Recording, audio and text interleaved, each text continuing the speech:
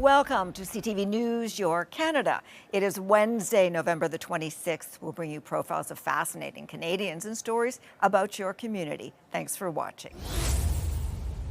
Tonight in the Access Storage Toy Shop, we're diving into the magical adventures that you can bring to life with Leapfrog. And it all starts with the Magic Adventures Telescope. Explore out-of-the-world discoveries with this real telescope and a video screen for easy viewing. Young astronomers can focus on the moon at night or nature during the day. See something you like? You can save it. You're also able to travel to different locations in our solar system and learn all about what surrounds Earth. How about some interactive toys? Leap, move, learning with motion. Children are able to run, kick, and jump through games and adventures where you are the controller. It includes 25 games, and the best part? Plug and play. Jump right into the action. Speaking of jumping right into the action, rock out with this karaoke machine. Dance to songs about numbers, animals, and more. Sing along while adding some flair with the voice effects style. Dive in and play with Gabby's Dollhouse. This compact version includes 4 games that help build math, memory, and problem-solving skills, easy to bring anywhere you go. How about a good bedtime story? Follow along or read 10 different tales like Jack and the Beanstalk, Goldilocks, and Stone Soup. You can also interact with the stories and focus on vowels and word building. It's a library for reading, best for kids aged 3 to 7. Now all of these awesome toys are going to help us build that toy mountain. In the Access Storage Toy Shop, I'm Luke Samard. The Hockey Hall of Fame is a showcase of excellence, which young athletes dream of achieving. But what isn't encapsulated here are often the disturbing realities shaping their lives well before they reach this level. Before practice, they locked the door behind me and they held me down and stripped me naked. Sharing personal stories, athletes, parents, coaches, and researchers are shedding light on the troubling state of sport culture. The latest report released by the Coaches Association of Ontario finds hazing continues to be a widespread problem. It concludes 1 in 7 athletes experience hazing between the ages of 6 to 9. That grows to 1 in 2 athletes by the time they're 19 to 24 years old. Organizations, what are we going to do? What is our plan when a team is caught hazing? So having those sanctions in place, having a program in place and how to deal with it. The report also found that athletes trust their coach the most outside of their parents. But there's a gap in how often coaches intervene to stop hazing. Furthermore, coaches overestimate how well they communicate with their athletes. As a community coach myself, I have found the reports very helpful as I reflect on my own values and behaviors.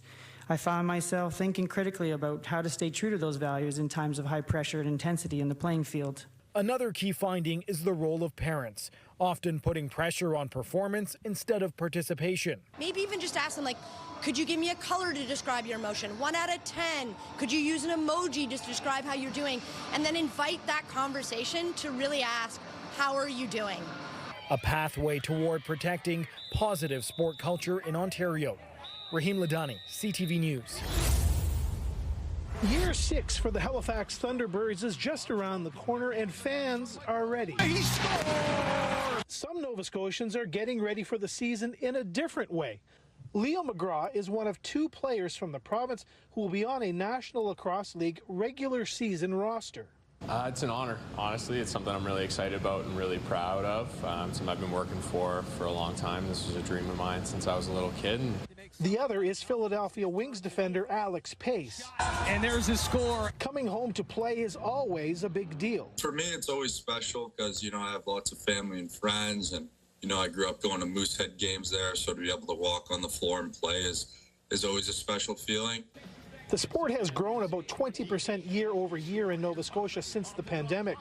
Part of that growth has been the excitement of having a pro team in the region. I remember the first couple games, 4,000, 5,000, 6,000, and now it's hard to even get a seat in the arena. That popularity can be attributed to the product on the floor and the team's presence in the community. So we have our Thunderbirds, our Sticks for Kids program, where we go into schools and we kind of teach lacrosse for the first time for people who maybe have never seen it before. There is one person who has graduated from T-Bird fan to player. 20-year-old goaltender Ashton Brown has made the team's practice roster for the 2nd time. As soon as the Thunderbirds came in to Halifax, it really brought to my mind that I could that there's more to go with lacrosse than just playing around here, and that there's future opportunities in lacrosse. Brown says it's only a matter of time before more local young players are also finding success at a higher level. Jonathan McGinnis, CTV News, Halifax. Draw an angel in under 20 seconds. I really love technology. 13-year-old Araz Islam likes learning about the newest technology, like artificial intelligence. My initials are literally AI, so obviously I'm going to use some sort of artificial intelligence. Honing his skills at Code Ninjas, a private learning center. There's a bit too much shine on this hippo. Teaching kids how to spot AI-generated images. And how to use AI to create just about anything, from music That's definitely fast-paced. to recipes. So let's say I want a main course for 4 people. Think of it like an after-school karate program, but for AI, computer coding, and robotics. Code Ninjas is a concept that was modeled on martial arts dojo and just the motivation of kids wanting to work their way through a belt system. So we merged that with what kids love, which is video games. This is where you need to start. 8-year-old Nolan getting hands-on experience. I want to learn things that can help me to be an engineer. See? He can make this Lego Ferris wheel spin with computer software. What they're teaching to me is that how can I code, how can I make my robots move automatically like that. Also 8 years old, Connor, not playing a video game, but learning how to make one. You're supposed to find another character. The center offers programming for kids ages 5 and up. The in-person experience, learning anything, frankly, is so important for kids, for their social development, making new friends outside of school. There we go. As for Araz and his future, I have a feeling I might be a software engineer, or maybe go totally off track, maybe do something else. Peter Sperling, CTV News. Been talking for a long time about the future use of this building, and it's ideally located, so this is the spot. Right now, the warehouse on Downey Street is not much to look at. But this will be the large 5,000 square foot soundstage. But soon it will be home to Stage View Studios. 70 years ago, we got the Stratford Festival.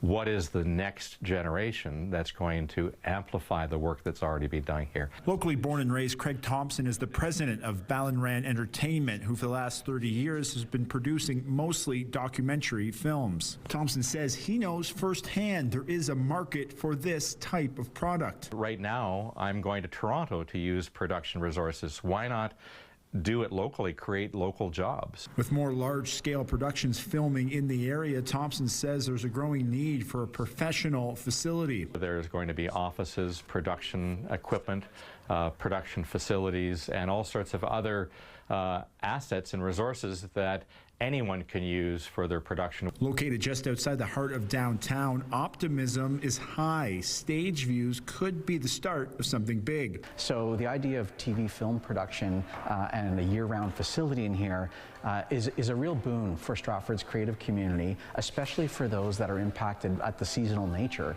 of the theater schedule. With the festival providing a pre-existing labor market, Gribble believes Stage View is a look into the future. There's a lot of really appealing locations. So the marriage of a production facility that's year-round, coupled with all of those advantages, we see that as a major win. For Thompson, he hopes Stage View is the next big thing.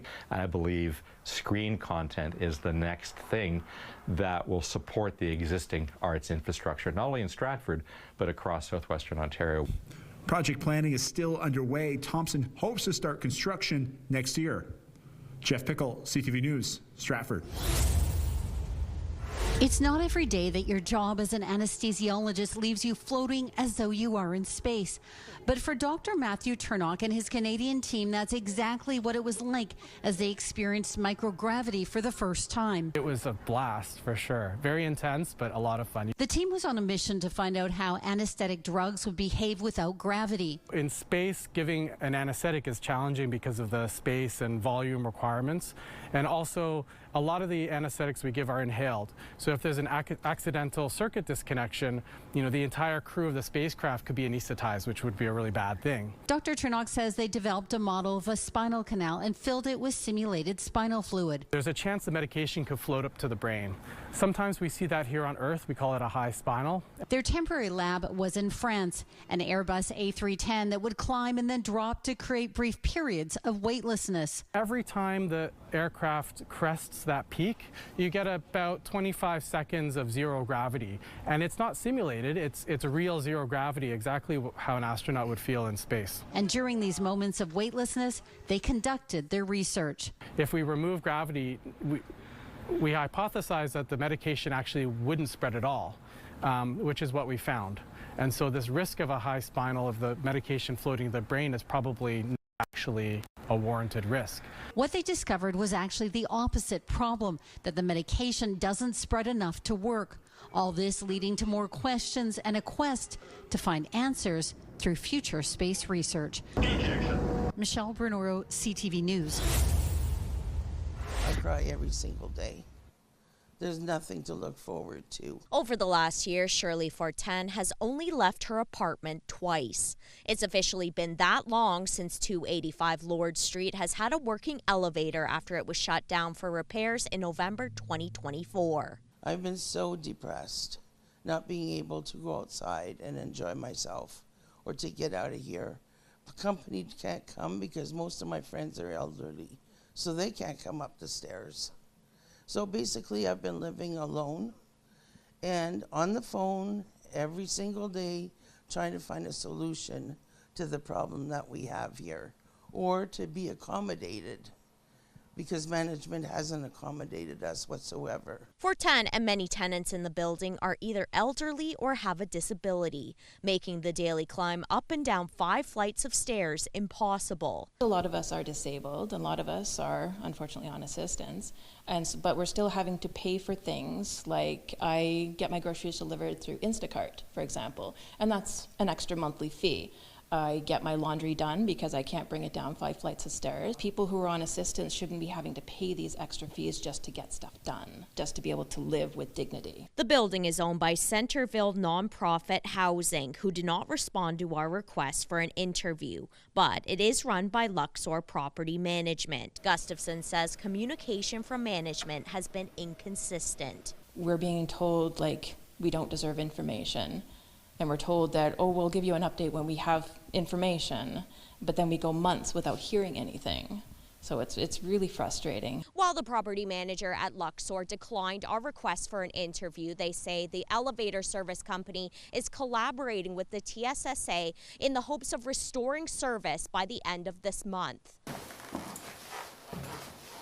But for residents, that deadline is little comfort, believing this repair has already taken far too long. Amanda Hicks, CTV News, Sudbury.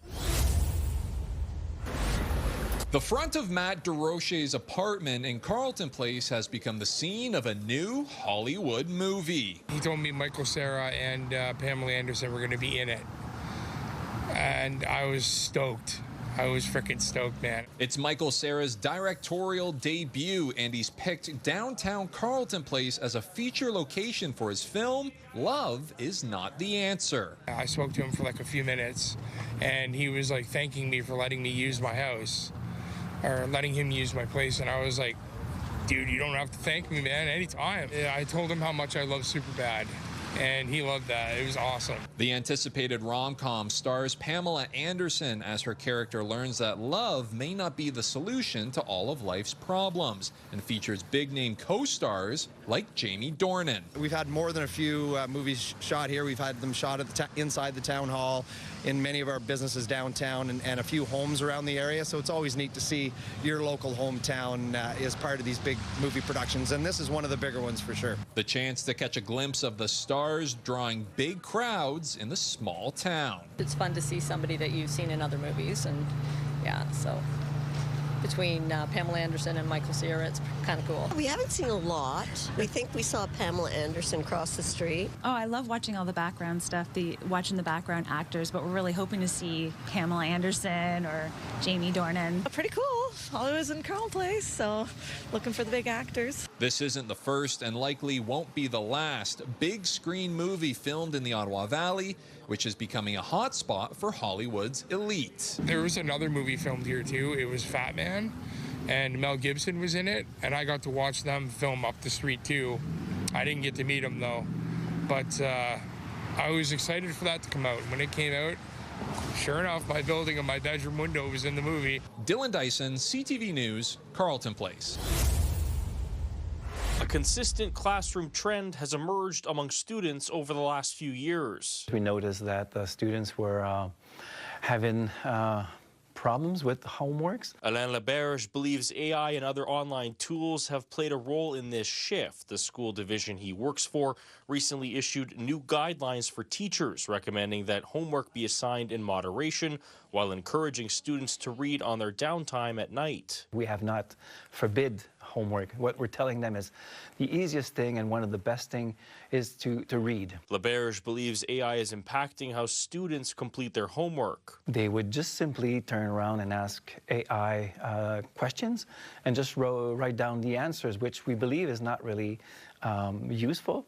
It's not the way, it's not critical thinking. Teachers are being asked to be careful of the types of homework they give out to ensure AI isn't being used as a copying tool. Michael Holden believes it makes sense not to be grading work that is being sent home with students. When I send homework home, I don't know if the student did that on their own or if they had help from a parent or from a sibling or a tutor or, plugging it into Google or plugging it into a chatbot and asking it to answer the questions for them. Other professors like David Gerhard say finding a balance is important. Finding some way to allow students to learn the power of these tools, but also learn how to do the material themselves is going to be the balance. We're not trying to demonize AI. That's not what we want parents to understand. It's just like AI and homework is not necessarily a good combination. For Laberge, he says he just wants to see students succeed and is confident this policy will keep them on the right path. Alex Carpa, CTV News.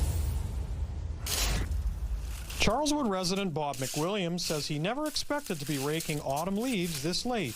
It's just lasted a little longer this year because of the warmer weather. He's noticed many of his neighbors still cleaning up their yards as the city waits for the first lasting snowfall. He says the trend in late warm weather seems to be continuing, so the city of Winnipeg should extend their curbside leaf collection next year. I think it would because especially this year, people went past the deadline, they were still cleaning. Right now there are two deadlines. Area A is on Halloween and Area B is a week later. And it's not just residents staying busy with their yards.